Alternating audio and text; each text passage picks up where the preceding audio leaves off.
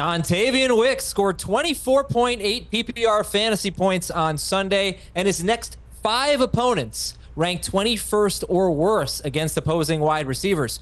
Kareem Hunt, he's available in almost half of CBS Sports leagues. He had 14 carries, led the way for the Kansas City Chiefs. Are Wicks and Hunt the 2 best guys to get off waivers? We're going to help you out right now on Fantasy Football Today, presented by BetMGM, the sportsbook born in Vegas. Welcome, everybody. Happy Tuesday to you. Happy October. Adam Azer with Dave Richard and Jamey Eisenberg. Dave, Jamey, do you guys have your Halloween costumes picked out yet? I'm down to a couple of ideas, but keeping it close to the vest right now. I'm going to go dressed as you, the best male podcast host in the world. Oh. And what would that costume look like? What would that look like? Bad mustache. Going to shrink myself a little bit and stink at softball. Oh, wow. What about tennis? You can stink at tennis, too? No, Adam's good at tennis. He is? Everything. No, I'm not. How many 4-0 teams do you guys have remaining? 1 out of 13. I think 4. Out of how many leagues? 30. 30 leagues! It's our job to play in fantasy leagues, so I take advantage of it. I don't think it's our job to play in fantasy. That would be a cooler job than actually being a fantasy analyst. Yeah. 30 leagues, man. How do you sleep at night? When do you sleep? Sleep's overrated. All right, well, Jamey might take a nap for the next hour. He's going to need it. But we are going to now talk about the waiver wire, some buy low, some sell high, and let's start with Monday Night Football. Your biggest takeaway from Monday Night Football. You can pick any game you want. Jamey, you're up first. What's your biggest takeaway from the 2 games last night? The Dolphins stink. Yeah. They do. Yeah, you can. Like, they've been so bad. Can you start any of them against the Patriots this week? I'm still starting Tyreek Hill as a number 2 receiver, and I'm still starting Devon Achane as a number 2 running back, but it's getting tougher by the week to say that they're must-start players at this point. Jalen Waddle, obviously, we sort of illustrated what was going to be like for him without Tua Tagovailoa, but it's just bad. I mean, clearly they have to find some answer at the quarterback position. When Tua comes back, they should give him a raise on top of the contract they just gave him, because this offense looks completely awful, abysmal. A high school offense looks better than what the Dolphins are throwing out there right now. So, I'm still hopeful Tyreek will get some opportunities, and Tyler Huntley or Tim Boyle or Skylar Thompson can connect with him, and Devon Achane. The matchup lightens up a little bit going from the Titans to the Patriots, but it's just not pretty right now to be a Dolphins fantasy manager. It's a total indictment on Mike McDaniel, too, because he's supposed to be this offensive whiz, and he can't get any. How many first downs have they had? They've converted 2 third downs over the course of the whole game. So, Adam, I agree. The Dolphins absolutely stink. For the Titans, they're going into their bye week. Who can you hold on to from that team that's worth holding on to on your bench? Pollard makes sense. We talked about it on our show today that Calvin Ridley's someone you could get away from. You could drop him if you don't need him, if you need the roster space going into week number 5. But that's another offense. Big quarterback questions, good running game. Offensive line seems okay. Defense seems good, but not a lot of fantasy studs on there.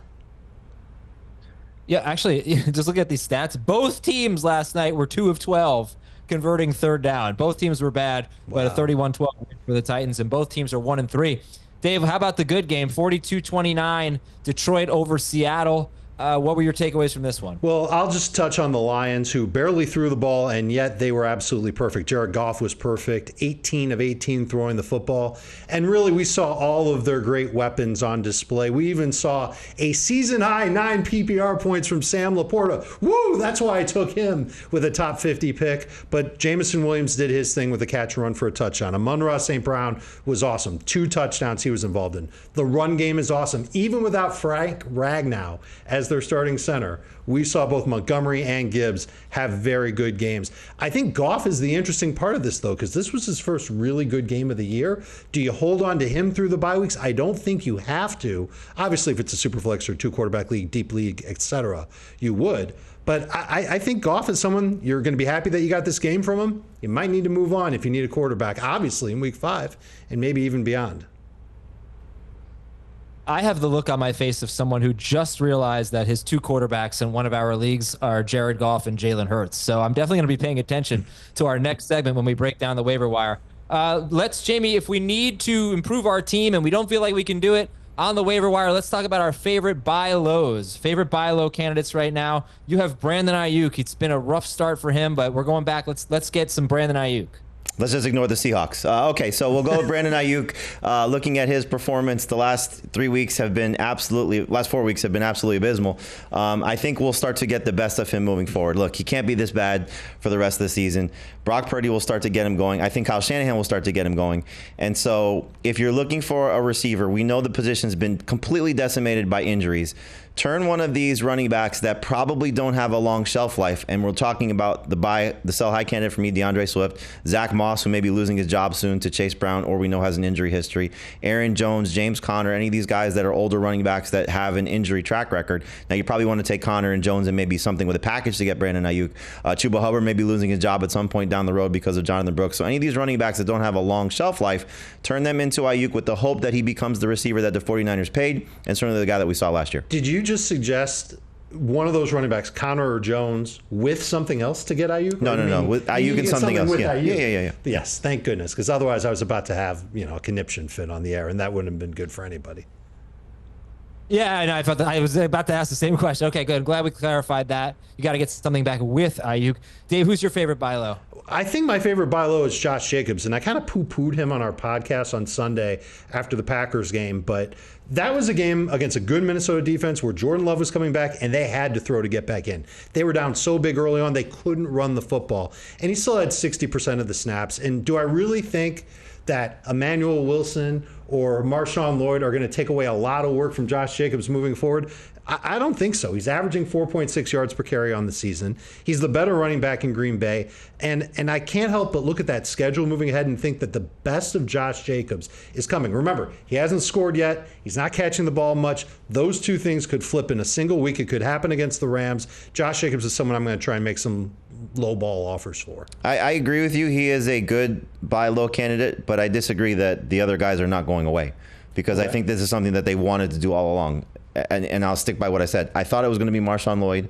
It's been Emmanuel Wilson. The fact that he had 8 carries in this game against Minnesota when they were behind, I think they like using somebody else along with Jacobs. And it probably goes back to Jones breaking down last year, that they don't want to have Josh Jacobs break down because they consider themselves a playoff contender. So it makes sense for their team. It hurts us from the top end potential of Jacobs, but he could still smash the opponents that are coming up right now, specifically the Rams. So I don't think it's necessarily a bad thing to go get Jacobs, because the fantasy manager with him is probably pissed off at this point. But Emmanuel Wilson is a lottery ticket waiting to happen. So do not give up on him just because he had a bad day coming off the big game that he had 2 weeks ago against a much better run defense in week 3.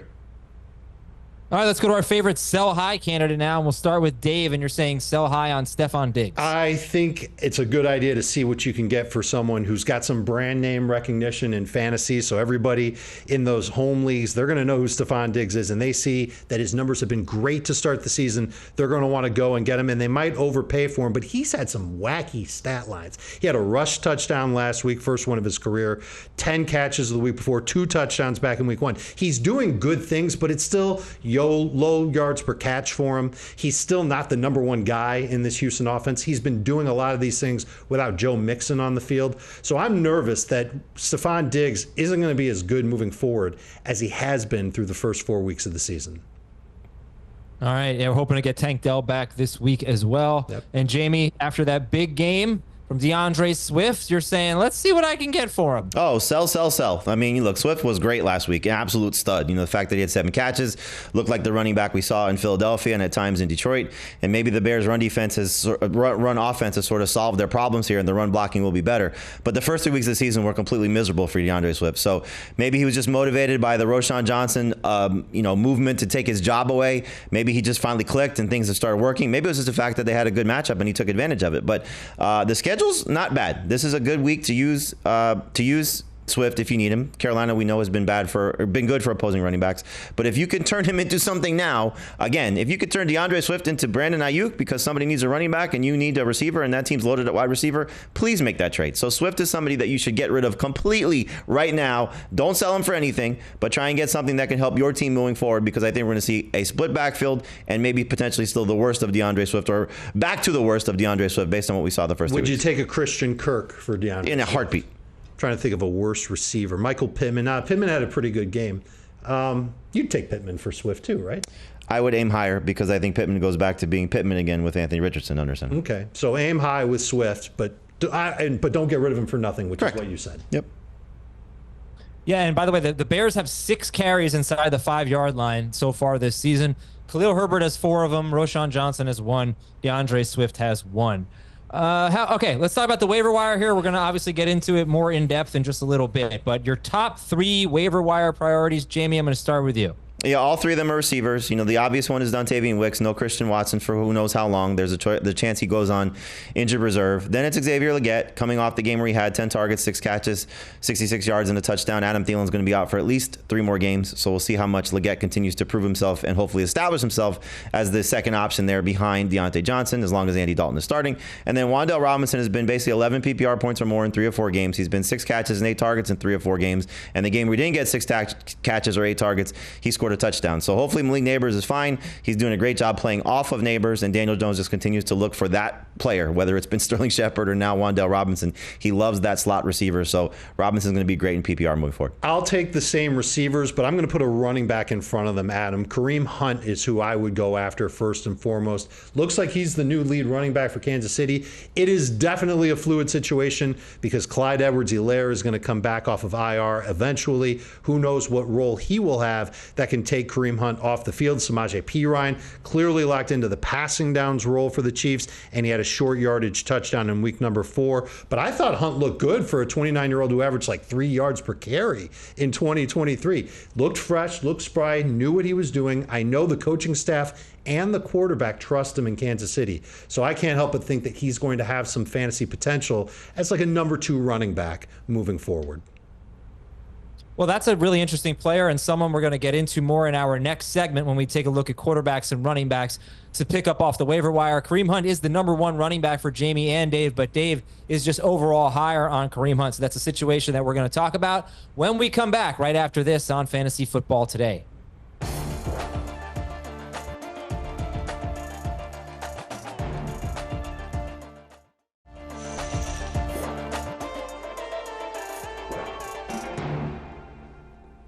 Welcome back, everybody, to Fantasy Football Today, presented by BetMGM. We've got 3 top 10 running backs for the season. Top 10 running backs, 3 of them are on a bye. Jonathan Taylor may not play this week. Devon Achane is currently a top 10 running back.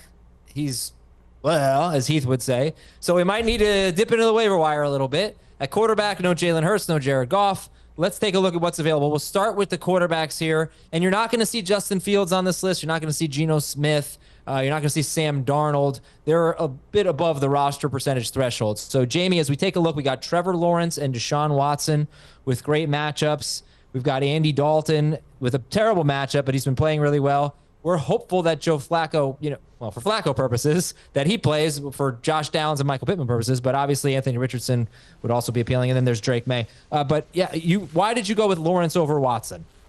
The matchup, and plus he's playing a little bit better. And so you're looking at this Colts defense. They've allowed 3 of 4 quarterbacks to go over 20 fantasy points.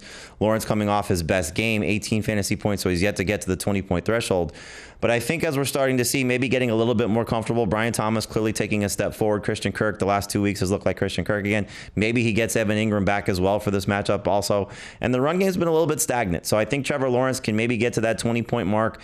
You talked about this last time Watson had a favorable matchup. He was sub 20 fantasy points when he faced the Giants, faced Jacksonville, and got a rushing touchdown in that game. So offensive line still a concern for the Browns. I just think Lawrence has a little bit of higher ceiling, but they're back-to-back in my rankings. So if you like Watson better based on his matchup, you can certainly go ahead with that. And the one thing would be is if we find out that Flacco is starting, he would be the best quarterback to add because based on his matchup and based on how he's performed going back to last year, even this game last week when he had 19 fantasy points against the Steelers, I think he's got the highest ceiling of the guys that are listed there. And so that brings up an interesting point. If you look at your waiver wire at quarterback and you see Lawrence, Watson, you see a bunch of other names that you'd be happy with as a bye week replacement. And of course, Flacco's going to be there because no one's got Joe Flacco on their fantasy team. You can make the move for Flacco on waiver wires on Tuesday. And then if Anthony Richardson's ruled out, you're good to go with Joe Flacco. If Richardson plays, you drop Flacco for somebody who's still on the waiver wire later on in the week. So, Dave, in these tough matchups, how do you feel about Andy Dalton? The Bears are giving up the fewest fantasy points to quarterbacks. They've faced Levis, Stroud, Richardson, and Stafford.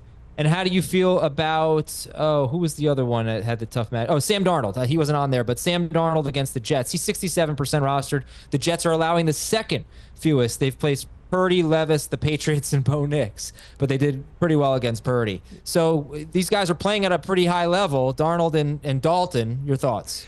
I'm nervous about both of them. I think this is the week where Darnold lets us down, and then he goes into the bye, and then he comes out of the bye. He's got a good matchup against Detroit.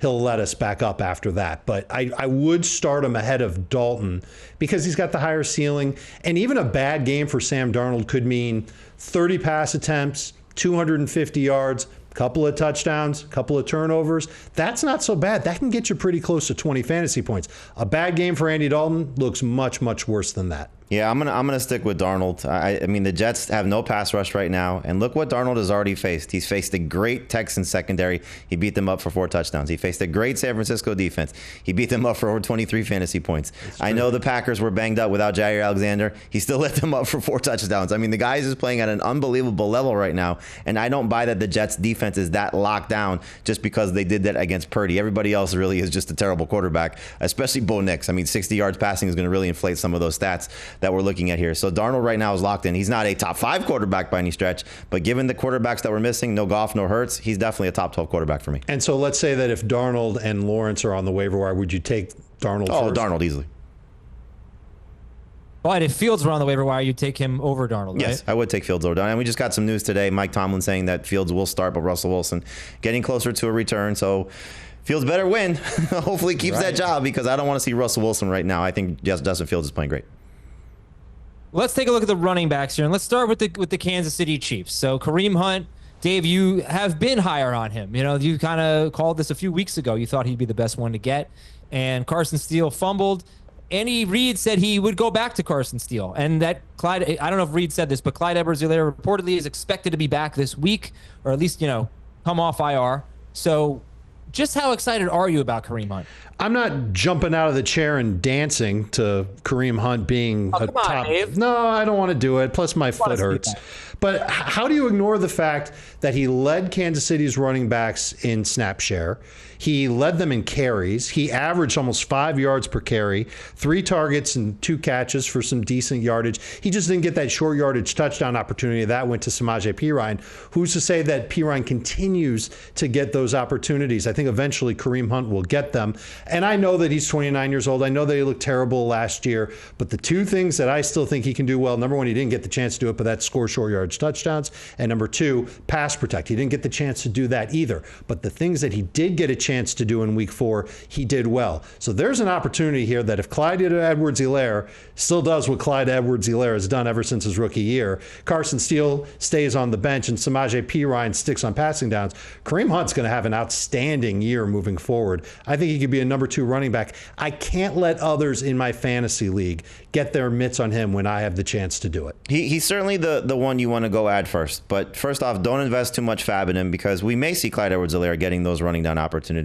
As Andy Reid said, we may still see Carson Steele, and he was expected to be the goal line option. And Samaje Perine may still be getting those passing down opportunities. So it could just be an absolute mess. Look, the Chiefs are a disaster right now, despite the fact that they're 4-0, because they lost their top receiver. They now lost their top running back, we know, a couple weeks ago with Isaiah Pacheco. Offensive line hasn't been as good, and clearly Mahomes has not been the same caliber of quarterback from an elite level standpoint statistically. They're getting the job done, and I think that's all that matters to them right now. We saw this last year. Get to the playoffs, get hot in the playoffs, and go try and win a Super Bowl. So they're going to do whatever they can. And it's seemingly like Kareem Hunt right now is the best running back to go get. But also, again, just keep in priority what he just was and what he can be. And he may go back to being a second option, a third option. There's a reason why he wasn't on the roster to start training camp. They liked the guys that they had. And that guy, for at least what we were told, was Clyde Edwards-Helaire, who should be active in week 5. If Jonathan Taylor misses week 5 against the Jaguars, who are 26th against running backs, they allow a lot of receiving yards to running backs. They've been pretty good against the run. I know they're missing a Lubican, but where would Trey Sermon rank ahead of Kareem Hunt this week? Definitely. 100%. Yeah, I mean, you're talking about a clear-cut starting running back as opposed to maybe a guy in Kareem Hunt who could be the lead running back there. Now, long-term, Hunt makes more sense because he should be, at least for a few weeks, we don't know exactly when Pacheco's coming back, but should be for a few weeks the best running back in Kansas City. At least that's the thought. But for 1 week, if you tell me Trey Sermon's going to get all of the Jonathan Taylor touches, which is probably 15 plus, I think Tyler Goodson will work in as well. And the quarterback situation is going to determine, I think, how good the running back situation is for the Colts. Because if it's Anthony Richardson, you're going to lose some running opportunities. If it's Joe Flacco, the passing down work probably ticks up a little bit because he'll throw to those guys a little bit more. So it's really a fluid situation. I think just if you have Jonathan Taylor, you probably make Sermon the priority. And look, based on the roster percentage numbers, clearly there's more of a chance to get Trey Sermon than there is to get Kareem Hunt. So it just depends on what you need. I just think you got to keep an eye on the practice reports. It sounds positive for Jonathan Taylor right now, but as the week goes on, things may change. So if you run waivers on Wednesday, hopefully get a bit more information. You run waivers on Tuesday, Sermon may be the one to go get. Yeah, and look, Bijan Robinson's on the injury report. They play Thursday. We're expecting Bijan to play, but Tyler Allgeier is available. Tank Bigsby is a guy that's 24% rostered and he's maybe carving out a bigger role for himself. And Dave, what do you do with Roschon Johnson? In the first segment, Jamey said sell high on DeAndre Swift. But is Roschon Johnson worth adding, worth dropping, leave him on waivers? What do you think? I think we'll see him dropped in a few of the leagues where he was added last week. But for the most part, I think he belongs on a fantasy roster. Two things. Number one, yes, DeAndre Swift had a great week 4. Doesn't mean he's going to have a great rest of season. And it doesn't mean he's going to have every single carry for the Chicago Bears. In fact, he didn't. Roschon Johnson did. And the Bears did something interesting. They shrunk their running back group from 3 guys to 2. And so if they're going to continue in that manner, then Roschon Johnson could end up being a decent bye-week replacement at running back and maybe somebody who eventually overtakes DeAndre Swift, who not only had the bad start to the season, we know he's had an injury-plagued past. We could see Roschon Johnson as the lead back in Chicago. So I don't mind one bit that Roschon Johnson stays on fantasy benches. Not a top priority if he's still on the waiver wire in your league, but definitely somebody to stash. Looking forward to talking about Dontayvion Wicks, but why Wicks over Romeo Doubs? We'll answer that when we come back on Fantasy Football Today.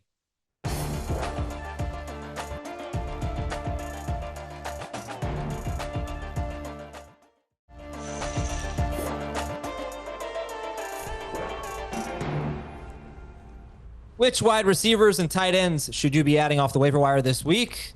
Go Pack Go. That's the answer. Welcome back to Fantasy Football Today, presented by BetMGM, the sportsbook born in Vegas. Yeah, we are feeling the Green Bay Packers with Christian Watson out, but also Jordan Love back, and this passing offense ready to take off with some really good matchups. Let's dive right into it, and we'll start with the tight ends to take a look at, actually. Tight ends at Tucker Kraft is only 5% rostered. You know, Dave, we have a history. It's not our fault. It's the tight end position's fault, but getting excited about a player, Cole Kmet, and then the next week, like Isaiah Likely, right? This happens all the time at tight end, all year after year. Is Tucker Kraft going to be different?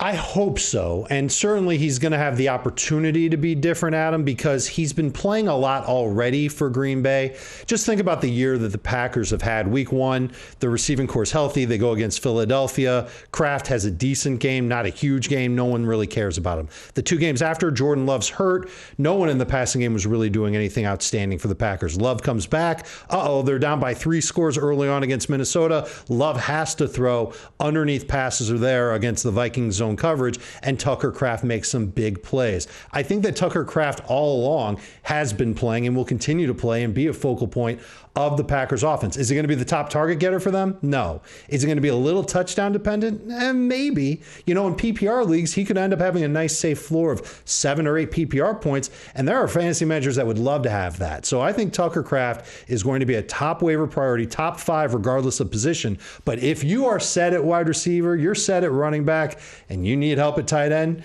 this is the first guy you go after off waivers, Tucker Kraft. Adam, how many targets do you think he gets on a weekly basis while Watson's out?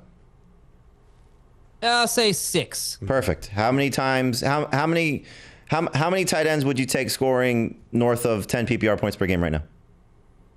I kind of looked at this morning. I think there are 3. Okay, so 3. So last year, Tucker Kraft had 4 games with at least 6 targets. 3 of them, he scored 10 plus PPR points. Now making another game this year after getting 6 plus targets. So if he's staying in the 6 target plus range, he's going to be at least north of 8 PPR points. I'd say that's a good place to put it. But the track record says 10 plus or 10 points or more. I think he's got a chance to be a top 10 tight end as long as Watson remains out. I was wrong, by the way. Here are the tight ends averaging more than 10 PPR fantasy points. George Kittle, Dallas Goedert, Brock Bowers, Jake Ferguson, Cole Kmet, that's 5, and Blake Whiteheart. That's 6. Does Whitehart County played in one game? And Komet had one huge game and 3 kind of meh games. Yeah. Well, so let's talk about the other guys here. Jamey, you got Taysom Hill, you got Cade Otton, Tyler Conklin, Eric All. Anyone else that you're excited about? Well, I mean, look at Oden and McMillan and Trey Palmer are both dealing with injuries. McMillan's got a hamstring injury. Trey Palmer's in the concussion protocol. And it's 17 targets the last 2 games for Cade Otton. So he's really starting to look like the third receiving threat in this passing attack. We haven't seen Rashad White's numbers in the passing game be as consistent as they were a year ago, for example. So maybe Liam Cohen, the new offense coordinator, is deciding to feature Cade Otton a little bit more. And I think we overlooked that 2 weeks ago when he had the 8 targets, comes back with 9 targets this past game. So with the way Baker Mayfield's playing right now, I think Cade Otton's got top 10 potential for as long as this keeps up. And then for Tyler Conklin's 14 targets in his last 2 games. So with the way that teams are taking away or Aaron Rodgers not looking for Garrett Wilson, you're seeing him spread the ball around to Allen Lazard, now Mike Williams, Breece Hall, and the running backs have been involved in the passing game. But Tyler Conklin, 14 targets over those last 2 weeks. Last week he did nothing with it. The week before he had 80 and 93 yards receiving. So you're going to kind of get a big mixed bag of either great or nothing. But I still think you're banking on targets at this point in this position. And if Rodgers is leaning on his tight end to the extent that he might in a revenge game against the Vikings, it could be a good situation for Tyler Conklin this week. All right, so Dave, I want to throw this to you because I want to piggyback on something that you said about Tucker Kraft. You said if you're good at every other position, you can make Kraft your number 1 waiver wire priority. What do you think that Dontayvion Wicks, who's your number 1 wide receiver, Jamey's number 1 wide receiver off waivers this week, do you think he's got the upside to say, I don't care if I'm really good at wide receiver, I have to get Dontayvion Wicks? Is he that kind of player for you? Or is he just, all right, I need wide receiver, I'm going to go ahead and get him? If Christian Watson were out for the year, then maybe I'd say that. But we know that Christian Watson, look, I don't even know if he's going to be placed on injured reserve. So there's a chance that Dontayvion Wicks could be right back on the waiver wire in a couple of weeks. And with that being the case, no, I don't think he should be that type of priority at wide receiver. Okay, so let's take a look at the wide receiver list here because Wicks is number 1, and we've got Xavier Legette, we've got Wan'Dale Robinson, but I did tease going into break, why not Romeo Doubs? Jamey, why did you go with Wicks over Doubs? There's just so much more upside with Wicks than there is Doubs. Doubs is so touchdown dependent based on what we saw last year. He had to score a touchdown this year. He's going to play a lot because I think they value him as a blocker and he does the right things at that position, but he doesn't bring the same type of explosiveness and he doesn't command the same type of targets. So Jaden Reed is the 1, Wicks is the 2, Doubs is the 3, and I think you just kind of look at it the same way. That Wicks is just kind of stepping into the opportunities that Christian Watson would have had from a playing time standpoint, and Wicks is going to get a different kind of target share and different type of targets than Watson would have generated. So I think Wicks' ceiling is just so much higher, but Doubs is not a bad fallback option, but I would put him behind the Rams guys, maybe behind Josh Downs as well, just based on the potential of Joe Flacco playing. So Doubs will have some good moments, but I think Wicks' ceiling is just so much higher. Guys, I got to tell you what Jordan Schultz just tweeted. He said, Packers wide receiver Christian Watson has a high ankle sprain, but I'm told it's a mild one, and he is unlikely to land on IR. Okay. That changed anything? Nope. Not at all. Okay. All right. And Rams wide receivers, Jamey, which one do you prefer? Whittington in PPR, and then it's kind of a toss-up for Tutu Atwell and half PPR, and non-PPR it should be Atwell. But you saw the targets, spike for Whittington in the first game, really without Cooper Kupp, without Puka Nacua, in a game plan that was somewhat established. Tyler Johnson that kind of pushed to the wayside. I think we're going to see Whittington continue to be that short area target for Matthew Stafford. The offensive line is a disaster right now, so the receptions will favor him. The big plays will favor Atwell. He's been over 170 yards receiving in the last 2 games, but only on 4 catches. Targets have been a little bit down by what you would hope for, but now with Robinson dealing with a groin injury, Puka's not coming back. He's still on IR, and Cooper Kupp's already been ruled out for week 5. These 2 guys are going to be factors. So they're both number 3 fantasy receivers. If you want to go for maybe who has the highest ceiling, you could say Atwell, but I'm going to lean on the guy I think is going to get more targets and more catches, and that's going to be Whittington. But again, they're both number 3 receivers. Dave, I think Tutu Atwell is like second in the NFL in yards per target or something. He doesn't have that many targets. Yeah, but sounds about right. Do you consider him a starter? Yeah, I think Jamie nailed it. These are number 3 wide receivers, and I would take Atwell over Whittington even in full PPR because I think that those high upside plays, the ceiling plays, that's what you're starting for a number 3 wide receiver. Whereas Whittington it's a really good talent, really went under the radar during the draft process, but I don't know if he's going to get too many of those opportunities, and certainly not the same type of opportunities as Tutu Atwell. Look, what I think we are going to see is LA throwing a bunch. I don't think just because that Kupp and Nakua are gone, they're going to turn Matthew Stafford into someone who barely throws. He's going to get 28 to 30 plus pass attempts as long as they can help it, as long as they're in competitive games. And somehow Kyron Williams comes out ahead of this, doing very, very well. But Atwell is the one that I think can make plays downfield, especially against the Packers next week. We saw the Packers struggle with the wide receivers against Minnesota. Granted, those are different types of wide receivers than what the Rams have, but they're not healthy in that spot. And I think Atwell can make a couple of splash plays. Last question, I'm going to ask you about some wide receivers who are about 70 to 75% rostered. You got Jordan Addison coming off a 2-touchdown game. One of them was a rushing touchdown. He has the Jets, and then he has a bye. You have Darnell Mooney playing Thursday against the Bucks. Cortland Sutton going up against Las Vegas. Jerry Jeudy against Washington. Jamie, I said Addison, Mooney, Sutton, and Jeudy. Ooh, little rhyme there, a little poetry. Who would you pick up from that group of 4? Addison, Mooney, Sutton, Jeudy. Tell us the order. That is your duty. Yeah. If I'm just looking at it from a 1-week situation, it would be Sutton first, then Jeudy, then Addison, then Mooney, then you didn't include Keenan Allen in there. Or Jacoby Myers. And yeah, I think those would be the top 3. You know, Sutton's 9+ targets in three or 4 games, but Bo Nix is just so bad. I know the weather factored into how they played against the Jets, and the Jets' pass defense is very good, but I just don't have a lot of faith in the Broncos' passing attack. Judy's been pretty consistent with 11.5 PPR points or more in 3 or 4 games, and Darnell Mooney, 2 of his last 3 have been impressive. But really, these guys are just number 3 receivers. You know, so you just take it a week at a time and just play with the best matchup, and Sutton has the best matchup. All right, when we come back, we're going to revisit our favorite game. Dave made me rename it for the podcast, but I'm keeping the original name. Who has more? We'll tell you after this on FFT.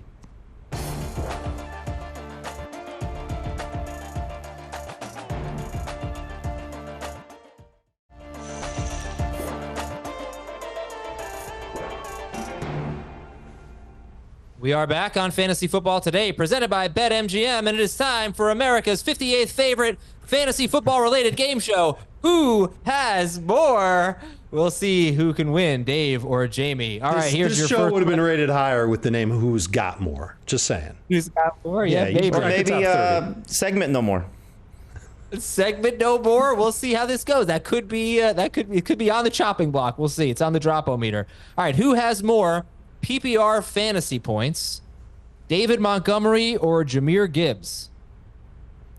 So, first of all, whenever we're in one of these games with Adam, I don't know how you feel about it, Jamie, but I always feel like he asks us a question where it seems like the answer is obvious, but then it's never the obvious answer.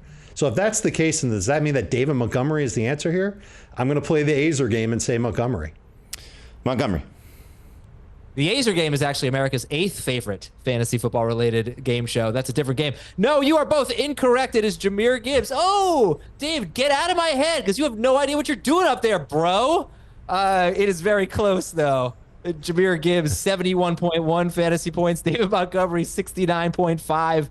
Both of them are top 10 running backs, and Montgomery's he had one more catch than Gibbs. He 1-0 last night, but yeah, I mean, Montgomery has been so good, and he scores every week.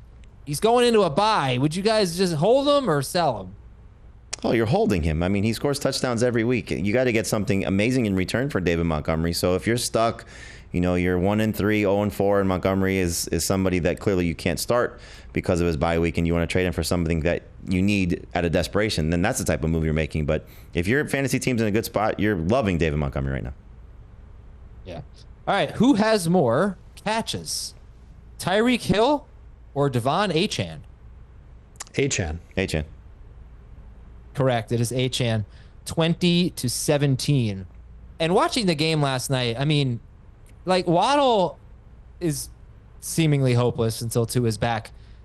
Tyreek Hill could have had a huge game, and he was going up against Snead, and you can't, nobody can cover Tyreek Hill. So I don't know how to evaluate this, right? Obviously, the quarterback play is horrible, but at the same time, you just get halfway decent quarterback play, and Tyreek Hill could have had a 25-point fantasy game, it seemed. I don't know about that, but 20. So going to be in your top 24 this week against the Patriots? Barely, but, look, you got to have a loaded roster to sit him because there's still the potential of what Tyreek Hill can do. And this is much different than the guys facing Patrick Surtain, for example. This is him facing his own quarterback. This is him still facing, who knows if they're going to put Christian Gonzalez on him. I don't think so, because I think Tyreek Hill would destroy that type of corner, and I think Gonzalez not ready to cover Tyreek Hill. But it's the quarterback play, until we get some more consistent quarterback play. And it doesn't have to be, like you said, it doesn't have to be elite. It just has to be average. So right now they just haven't found average. Maybe Skylar Thompson's coming back in a much better situation, because going into Seattle in week 3, when Seattle's defense was a little bit healthier, that wasn't exactly the best setup for him. This could be a little bit more of a better landing spot if he's healthy. Maybe Tim Boyle, it's the spot for him. We knew that Tyler Huntley wasn't going to necessarily help these guys from a passing perspective. That's just not his game. But they just got to do some easier things to get Tyreek Hill the ball, and we just haven't seen that yet. They also have to get the offensive line healthy. That's easier said than done. And the Patriots are going to probably emulate the Titans and get after the quarterback, speed them up, make them get the ball out fast. And that never helps when it comes to throwing to your receivers. All right, who has more carries inside the 5-yard line? Jalen Hurts or Saquon Barkley? Barkley. I'll say Hurts. Ooh, Jamey takes the lead. Barkley, 5-4. 5-4. You know what? We don't have to really analyze that. They're both great. But just real quick, when they come back from their bye, hopefully both receivers are back. Jalen Hurts is still an elite quarterback, fantasy quarterback? Yep. I hope so. That offensive line's been bad so far, and he has not looked good in Kellen Moore's system right now. So hopefully things get better for him when A.J. Brown is back. He just has to slow down with the turnovers, and the offensive line will be better because Lane Johnson hopefully will be out of the concussion protocol 2 weeks from now. And as long as he just takes care of the football, and he should be able to limit the turnovers because he'll have better receivers to throw to. The guy to sell high on, by the way, is Dallas Goedert, because the last 2 weeks, Goedert's been amazing, but it's been without A.J. Brown on the field. When Brown's back, when Devontae Smith's back, I don't know if I really want to start Dallas Goedert as anything more than a low-end option. Okay, who has more carries of 20 or more yards? Derrick Henry or all of the running backs in the AFC West? Oh, my gosh. Well, you got Dobbins in the West. He's had a few. And that's probably it. Did Pacheco maybe have 1 or 2 carries? I'm going to go with Henry. I'm trying to think. There's no way any Broncos or Raiders had a 20-plus yard carry, are there? I'm going to say Ty. That's a sneaky call, but it's actually Derrick Henry has 6, and the AFC West has 5, the running backs. It's unbelievable. Dobbins, 3 of them. Tyler Bidet has 1. Alexander Madison has 1. But that's all you got. Derrick Henry, 6-5. Worst bus call ever for me. Sorry about that. It's not over yet. It's not over yet. I got news for you. Yeah. It's over. Even if he doesn't play again this, well, I don't even want to say it. Never mind. He's fine. We're starting him. We love him. Receiving yards. Who has more receiving yards? Rashid Shaheed or Chris Olave? Olave. I think it's Shaheed. Jamey's up by 2. Oh, wait. No. Dave, did you get the last one right? You said Henry? I said Henry, yeah. Okay. Jamey's back up by 1. It's Chris Olave, 265 to 252. Okay. Very close. Very close, Jamey. What do you make of that with Shaheed having that one terrible game, but 3 times he's been worth starting? He's been great. He's the prototypical boom bust number 3 wide receiver. When he catches the ball, it's typically going to be down the field and maybe finds the end zone. And you saw what happens when they don't connect on any of these plays. So I'd like to see a little bit more of the route tree for Rashid Shaheed, but Olave just quietly doing his thing right now, and hopefully some big breakout games coming. So I think you should be happy with where you drafted both these guys. Clearly the reward has been more in Shaheed's favor, but Olave I think is going to still bring back low-end number 1, high-end number 2 receiving value for the rest of the season. Jamie mentioned the route versatility for Shaheed. It happened in week number 4 as A-Dot plummeted to under 10 yards, and he actually looked pretty good. You saw in the box score, 8 catches for 80-some-odd yards, about the same amount of yardage as Chris Olave had. Olave had a bunch of yards called back by penalties. He should have had an even bigger game than he had in week number 4. Olave is starting to creep back into top 12 wide receiver territory. That's a great stat on Shaheed. All right, Dave, you got one chance here to tie the game. You need to get it right. So I'm going to make Jamey answer first. Yards per route run. Who has more yards per route run? Justin Jefferson or Juwan Jennings? I'll go Juwan Jennings. I'll say Jefferson just so I can tie the game. Yeah. Terrible guess, Dave. Wow, it's Juwan Jennings. Yeah, that's what I thought. Yeah, 3.5. I'm supposed to guess Juwan Jennings and definitely lose? No chance. You should have made him go first. Me go first, exactly. I should have, This is the 57th best host of fantasy football games in the world. Host no more. I like this game, though. It's fun. It stays. Juwan Jennings, though, he leads all wide receivers with 20 or more targets in yards per route run. Good for you, Juwan Jennings. So what's on your mind, people? Who are you considering dropping tonight with your waiver wire claims? We're going to read your tweets after this on Fantasy Football Today.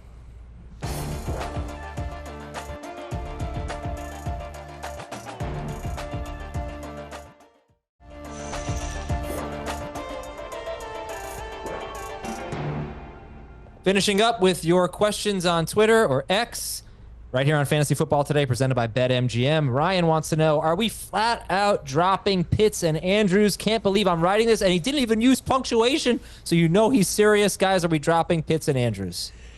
They're definitely droppable. Pitts more so than Andrews, in my opinion. But if you get Tucker Kraft off the waiver wire, I'd start him over both those guys this week. I try to hold him if you can. I agree with Dave. Pitts is more droppable than Andrews, but look, either one has a good week, and they're going to be the highest priority ads off the waiver wire next week. So just keep that in mind. Next question is from Andy. How much fab for Dontayvion Wicks? So you sort of alluded to this with the question you asked Dave, like how much of a priority is he if you don't need him? Mm-hmm. I think it's probably 10 to 15% tops, based on Jordan Schultz's report that it's not going to be a significant injury for Christian Watson. This is still a guy that's missed multiple weeks from minor hamstring pulls. So just keep that in mind that we don't know exactly when he'll come back. And even when he does come back, does Wicks keep the job that he's about to get? So I wouldn't go crazy with it, but I still try to get him if you need a receiver. I like the 15%, especially if you've been counting on Christian Watson. All right, let's go to our next X. There's a long one.